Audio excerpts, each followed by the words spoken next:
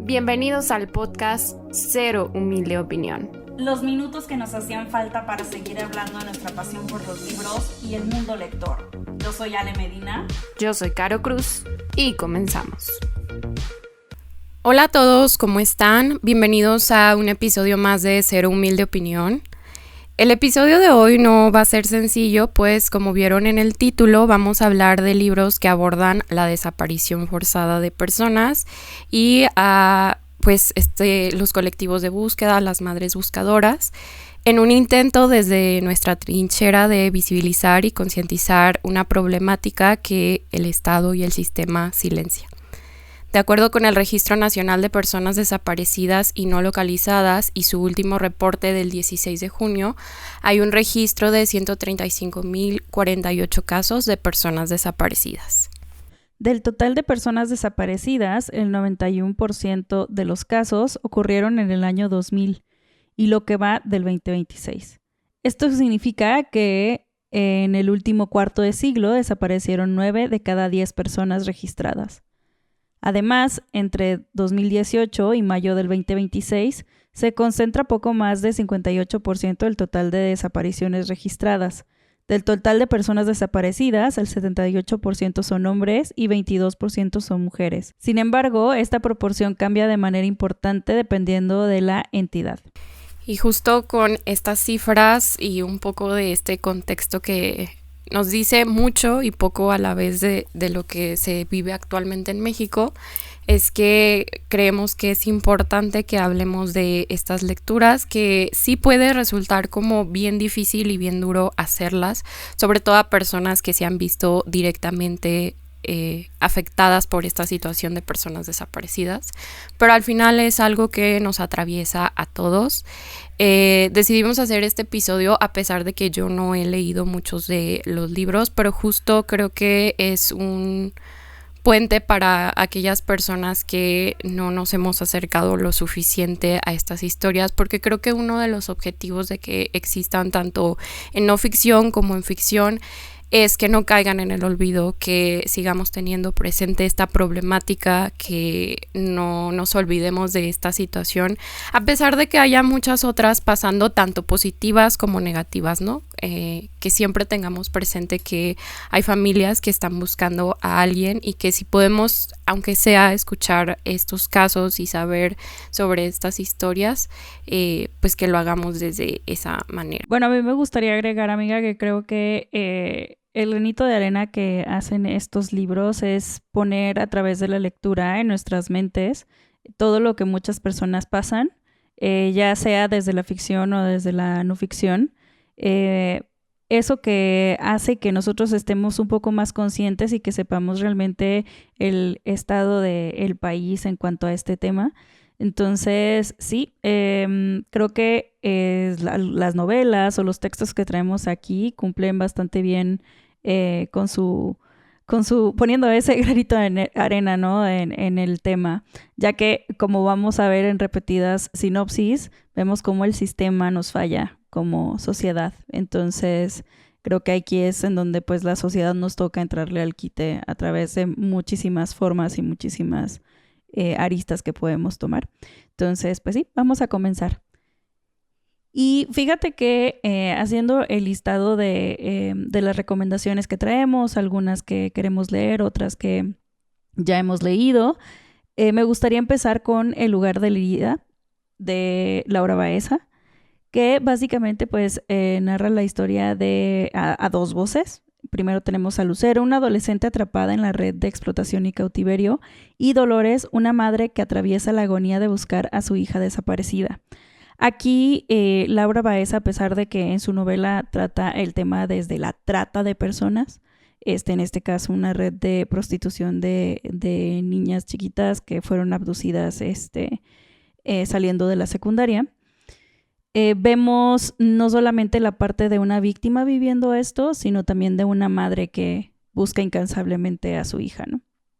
Es bastante interesante. Laura siempre nos ofrece finales inesperados, o que si tal vez no los esperábamos o podríamos tener nosotros la intuición de cómo iban a ser, ella nos lo presenta de una manera bastante diferente que nos sigue sorprendiendo. Creo que es uno de los libros que, a pesar de que es bien crudo, creo que ella logra hacer que la lectura sea ágil de leer, poniendo cuestiones de chicas en los 2000, que es lo que estaban viviendo en secundaria, que era lo que veían, y cómo es que este tipo de grupos funcionan aquí en México. Entonces, se los recomiendo. Todos estos libros creo que va a estar de más decir que bajo el disclaimer de que pueden llegar a ser muy fuertes y muy difíciles de leer, pero bastante necesarios. Entonces sí, El lugar de la herida de Laura Baeza. Todavía no he tenido oportunidad de leer este libro de Laura, pero algo que he notado es que justo es de las historias que la ha posicionado mucho en la comunidad de clubs de lectura y así dices, bueno, esto ha enriquecido mucho la conversación en torno a este tema, entonces esto es de los títulos que tengo anotados. Y el siguiente que tenemos también de una autora mexicana es Raíz que no desaparece de Alma Delia Murillo. Nos habla de Ada, una madre en una carrera contra el tiempo que está buscando a su hijo desaparecido, guiada por los sueños y por los árboles, que fungen como testigos silenciosos y guardianes de la memoria de las víctimas. Quise leer el libro para este episodio, de por sí ya estaba en mi lista de libros por leer. Llegué únicamente a la mitad, pero me alegra haberlo tomado como, digamos, el pretexto de poder platicar un poquito más a fondo de mi opinión. Lo estoy acompañando del audiolibro y creo que hace como la experiencia todavía más profunda. Me gusta cómo ha ido documentando esta parte que ya Ale les platicó también sobre los árboles y cómo hace de todas estas metáforas hacia las personas desaparecidas y tal, y creo que también el ritmo que lleva permite que vayas descansando entre todas las cifras y los casos que nos va poniendo. Estaba viendo que Alma Delia se entrevistó, platicó con más de 20 familias y fue pues sí, justo poniendo estos casos, y ella decía que sentía como una imposibilidad o esta incertidumbre de cómo retratar la historia o desde qué voz narrativa hacerlo y cómo distanciarse de ella, porque pues al final ella no es una madre buscadora, y que una de las familias o una de las madres le dijo como, pues es que mi hijo también es tu hijo y desde ahí te doy, o sea, tienes la oportunidad y mereces hablar del tema. Y digo, híjole, me pareció durísimo la manera en... De todas formas, Alma no es como quien dice la narradora, pero a la vez dice que toma muchas partes pues de su propia experiencia y de su personalidad, digamos. Me está gustando la lectura, les digo, la empecé antier y ya voy a la mitad. También hay muchas cifras que ves y dices, tiene una nada de haberse publicado, ya se sienten un poco desactualizadas, buscando, por ejemplo, ahorita las cifras que les mencionábamos. Creo que ella todavía hablaba de 130,000 casos y ya vamos en 135,000, entonces está fuerte. Sí, bastante fuerte, amiga. Sin duda, este libro fue un catalizador de querer hacer este episodio, porque ha sido una de las mejores lecturas que he hecho este año. Y me gusta porque sí es una novela, pero es un híbrido entre muchas cosas, porque se nota el tipo de investigación que hizo Alma Delia para el libro. Más allá de los recursos, digamos que desde lo fantástico, porque tenemos la parte de los sueños y la naturaleza, se nota también el trabajo periodístico y de realmente ella haber tenido contacto con estas familias que tuvo. Se nota bastante en el trabajo y creo que es un librazo, o sea, más allá de la literatura, o sea, creo que es un texto muy importante y que pone mucho como sobre la mesa, sobre qué es lo que debemos de voltear a ver y qué debemos de poner atención, ¿no? Entonces sí, a mí me gustó muchísimo, o sea, mucho, por por muchas razones. Creo que me llevó por muchísimas partes y sin duda creo que es un libro que atraviesa el país completamente. Y bueno, amiga, otro libro que me gustaría recomendar es el libro de Las Buscadoras de Noé Zavala. Este es un libro de periodismo en donde Noé pues documentó varias entrevistas que hizo a madres buscadoras en México y pues su viacrucis sobre la búsqueda de sus familiares desaparecidos, ya sea vivos o muertos, que creo que esa es una piedra angular dentro de estos textos, de ver cómo a veces ya las familias o las madres ya están conscientes de que lo único que están buscando es los restos de ese familiar, de ese hijo, de esa hija, de ese esposo. Porque hay veces que no nada más desaparece el hijo, sino desaparecen de que hijo, padre, o par de hermanos, hermanas y hermanos. Es durísimo, pero... Y que justo también es en el proceso de búsqueda, ¿no? O sea, en un intento de silenciarlos pasa esta doble desaparición y doble tragedia. Sí, y es ver cómo ese viacrucis por una persona se convierte por varias personas. Es bastante explícito en el sentido de que vemos muchas descripciones de cómo cavan, de cómo es que se van a buscar a estos lugares que ya saben que ahí se pueden encontrar cosas, pero muy interesante. O sea, sí, igual creo que pone muchas como ideas sobre la mesa, sobre realidades que vive gente en el país. Entonces se los recomiendo bastante y es un libro breve, pero aún así bastante potente. Ese está por HarperCollins, no sé si se pueda conseguir todavía porque Harper aquí en México ya no existe. Sí, justo te iba a decir que al estar buscando información de este libro sí vi que está un poquito difícil para acceder a él, pero bueno, igual si se lo encuentran por ahí o tienen la oportunidad, pues ya tienen esta otra mirada desde el periodismo. Y justo sumando en este sentido del periodismo, hay un libro en mi librero que ya tiene un rato ahí esperando ser leído. Se llama Porque la lucha por un hijo no termina. El libro está editado por Celia del Palacio y básicamente es un libro periodístico sobre los testimonios de las madres del colectivo Familias de Desaparecidos Orizaba, Córdoba. Es un discurso alternativo ante quienes niegan la verdad al criminalizar y revictimizar a los desaparecidos y a sus familiares. El libro está editado por la Universidad Veracruzana y estaba viendo en la parte introductoria de esta historia porque dije, bueno, no lo he leído, pero quiero platicarles un poco, que la editora mencionaba que pues no era ni de cerca como una aproximación a los datos finales, vaya, que justo ella lo que notó en todos estos testimonios y en todos estos casos fueron como 4 puntos principales. El primero de ellos es que hay una muestra o hay una evidencia de los núcleos geográficos y coyunturas de la delincuencia y que existen lugares o hay patrones muy marcados, ¿no? El segundo, que la cantidad de víctimas de desaparición forzada cuyos perpetradores son parte de la delincuencia organizada y miembros de corporaciones de seguridad o una mezcla de ambos, pues es bastante alta, ¿no? O sea, es como terrible, pero tristemente pues de ahí es ese origen. 3, pues la precariedad extrema en la que se vive en toda esta zona. Y 4, lo que venimos viendo y notando en la realidad, en las historias y en estos libros, que hay una indolencia del sistema de justicia, hay hostigamiento a los familiares por parte de quien se dice la autoridad y siguen sin encontrar solución al problema en 3 administraciones estatales que se llevan y me parece que son 2 federales por el periodo que abarca.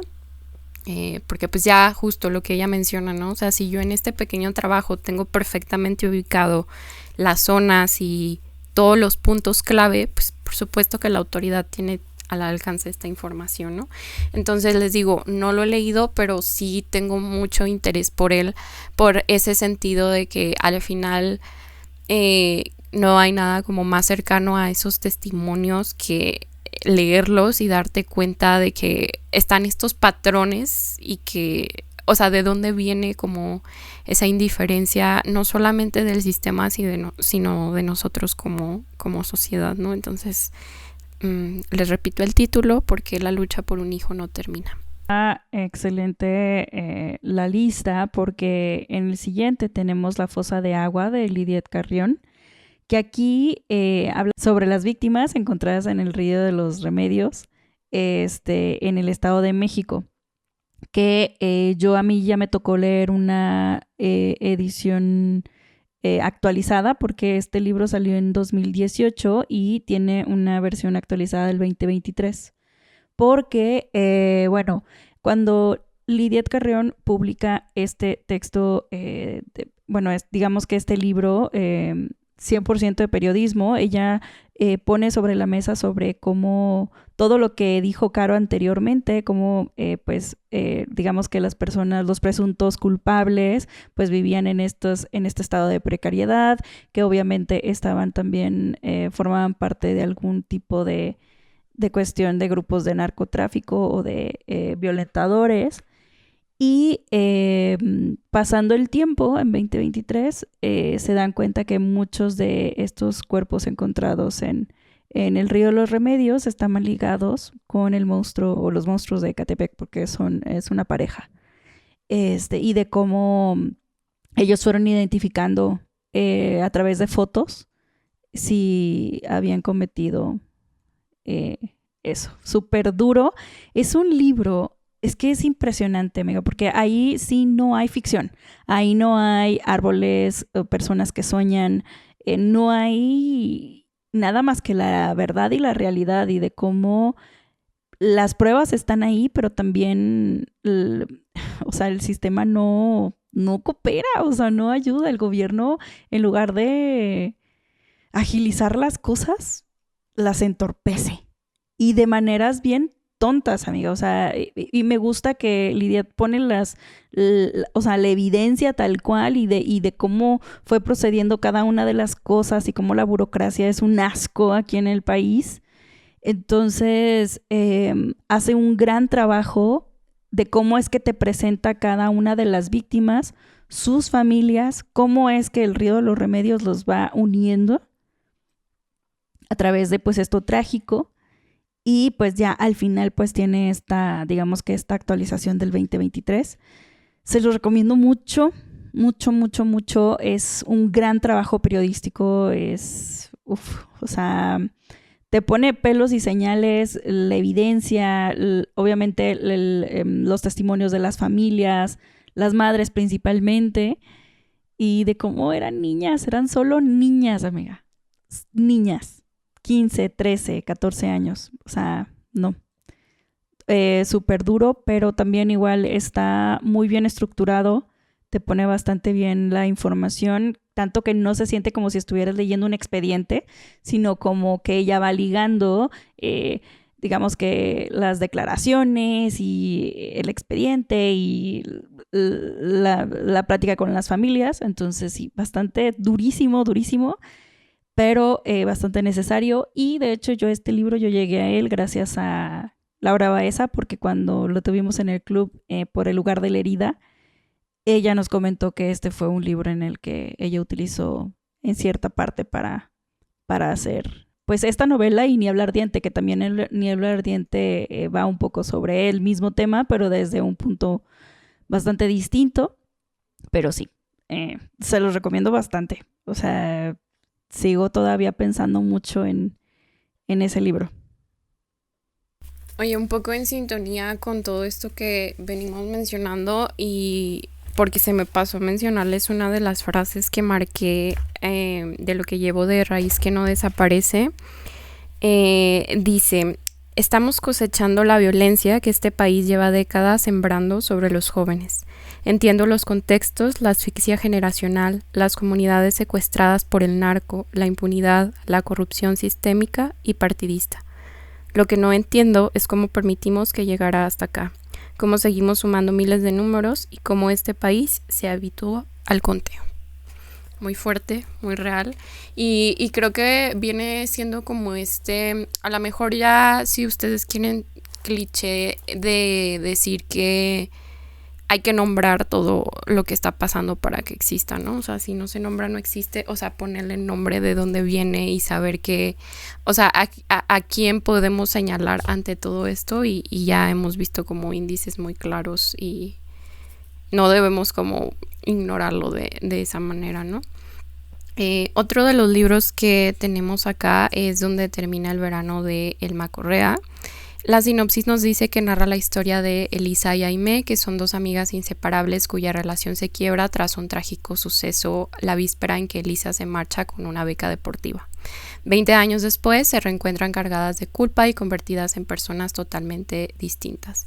Parte de la misma sinopsis menciona que es un libro que aborda los feminicidios, la violencia estructural que atraviesa a los niños y las mujeres en un lugar de paso marcado por la extrema pobreza.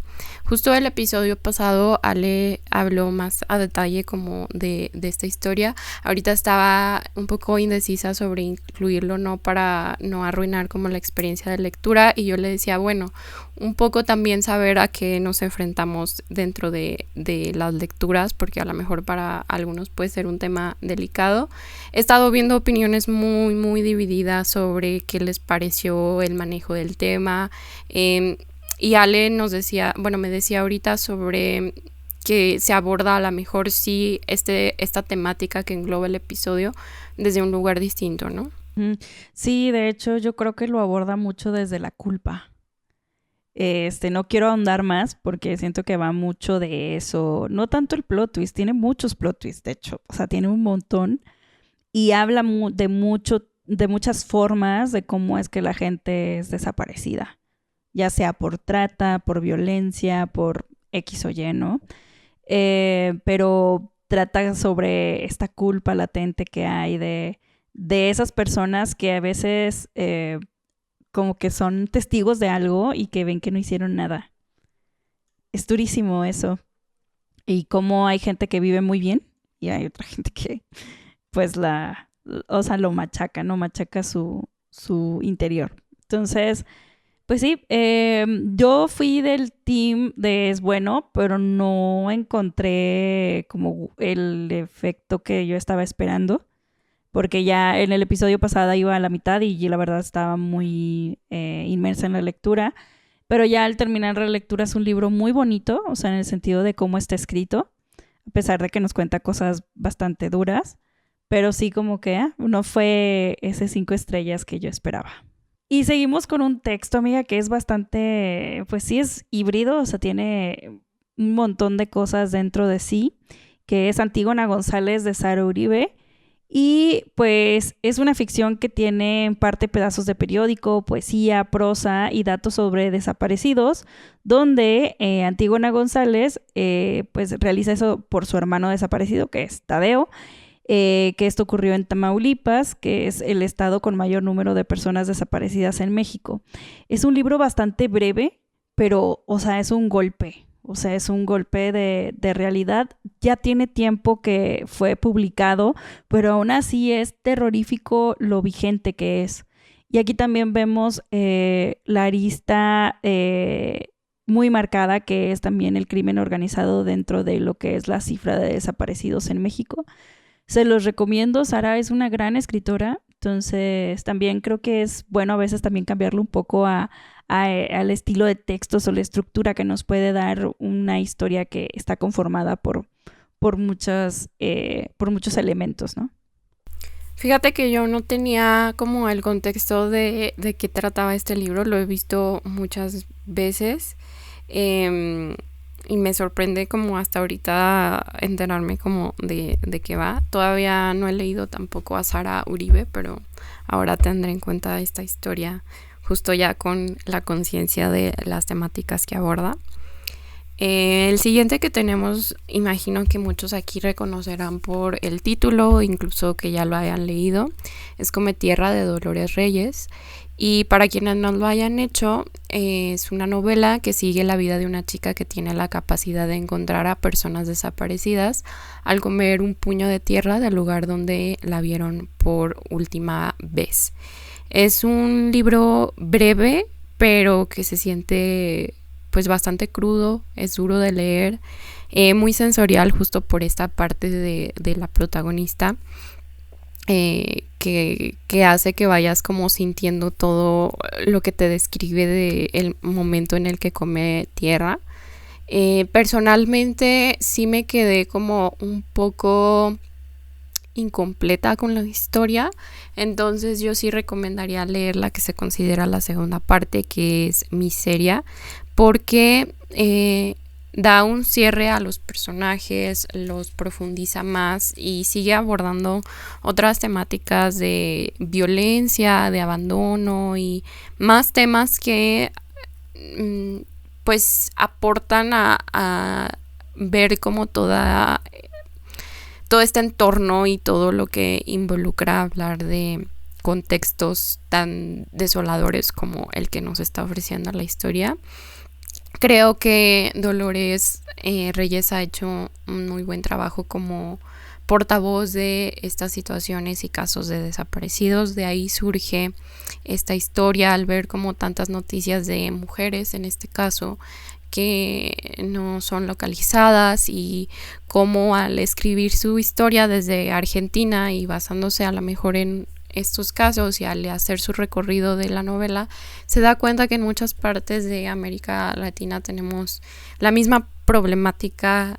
Hay muchos casos, hay muchas madres que están buscando. Ella es madre, entonces escribe desde ese sentimiento y sí creo que es una historia a la que se necesita uno acercar con esta apertura de pues que también hay como muchos temas ahí medio sueltos o lo que sea. Está por estrenar la serie, veremos qué tal está. Ha habido como mucha controversia también sobre la forma en que la empezaron a situar y todo, pero pues por si le quieren dar una oportunidad. Sí, yo también soy del team de lean Come Tierra y Miseria al mismo tiempo. O sea, ese debió de haber sido un solo libro, no primera y segunda parte. Es bastante bueno y me gusta que desde lo fantástico obtenemos también un poco como de justicia divina. No sé si es justicia divina o justicia es la parte, pero esa forma de poder encontrar a la persona desaparecida, ya sea viva, muerta o en estado crítico. No sé, es un poco como de... pues sí, es un poco como dices, bueno, mínimo desde la ficción podemos tener algo, ¿no? Y bueno, para ya terminar con esta lista de recomendaciones, les traemos más, es como un testimonio y se llama Madre Buscadora, que en este caso es el testimonio de Ceci Patricia Flores Armenta. Ella es la fundadora del colectivo Madres Buscadoras de Sonora. Cuenta pues por ahí su desafío a amenazas de muerte, climas extremos y el apoyo nulo de las autoridades para encontrar a su familiar. Está editado por Fondo Blanco y creo que es también a veces bien importante poder leer de viva voz la historia de las personas que están buscando a ese familiar, ¿no?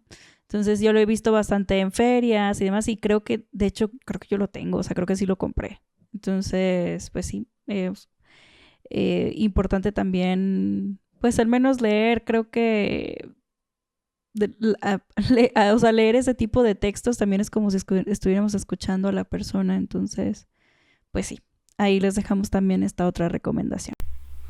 Que es otro de los casos bien difíciles porque es una de las personas que tiene a 2 hijos desaparecidos y por eso toma parte como de este pues el liderazgo de este colectivo de madres buscadoras. De esta manera es como vamos a terminar este episodio y aunque sabemos que son lecturas incómodas y bastante desoladoras de hacer, creemos que nos permiten darle voz a las víctimas, empatizar con los colectivos y recordar que es algo que nos puede atravesar a cualquiera y sobre todo que nos permiten luchar contra esa indiferencia y olvido para que estas personas sigan teniendo pues presencia y sus casos se resuelvan. Les dejamos en nuestras redes sociales las portadas de los libros que mencionamos y esperemos que ustedes puedan sumar más libros a la conversación. Y recuerden seguirnos en nuestras redes sociales, nos encuentran como Ser Humilde Opinión en Instagram y TikTok. A Caro la encuentran como Aries en Libros y a mí como Leer en Todas Partes, igual en Instagram y TikTok. Nos escuchamos a la próxima. Adiós. Bye.